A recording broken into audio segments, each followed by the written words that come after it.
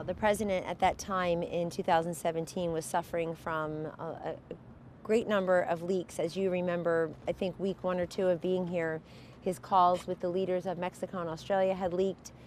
He had an Oval Office meeting in May of 2017, contents of that leaked.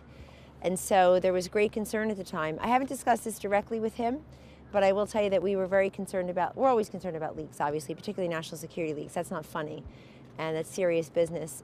But that's what I know about it. I believe Secretary of State Tillerson was there as well, from what I learned. But I also know that Mr. Schiff is readying his subpoenas, so obviously we'll see where that goes. But I would remind you all politely, in case it somehow gets omitted from your coverage, that this president has expelled over 60 Russians from this country, closed 2 consulates. Our Treasury Department right over there has issued fresh new sanctions on Russia, at least 1 or 2 times, several times actually, and not once but twice when Assad in Syria thought it best to gas his own people, including those little babies who are struggling for the last breaths of life.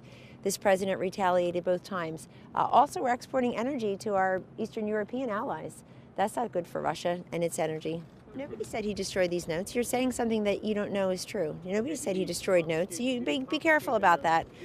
Be careful about that. This president has had one-on-one meetings with many different leaders, as you know. He's met one-on-one with Kim Jong-un. He's met one-on-one with Mr. Modi. He's met one-on-one with many different leaders, and I don't recall him ever leaning over in a hot mic and saying, hey, after I get reelected, I'll have more flexibility.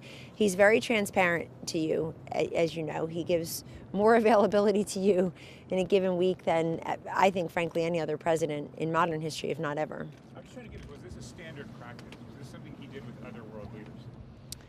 I have not been able to discuss this at length with him. So I know it's not Puerto Rico, but it's pretty out here. Hopefully there'll be no snowball fights, but we're here to negotiate. I think the president, he's been working the phones. I spoke to him several times this weekend. He obviously would like to speak to rank and file Republicans and Democrats also, if the leadership won't come to the table and make a deal. Stay warm.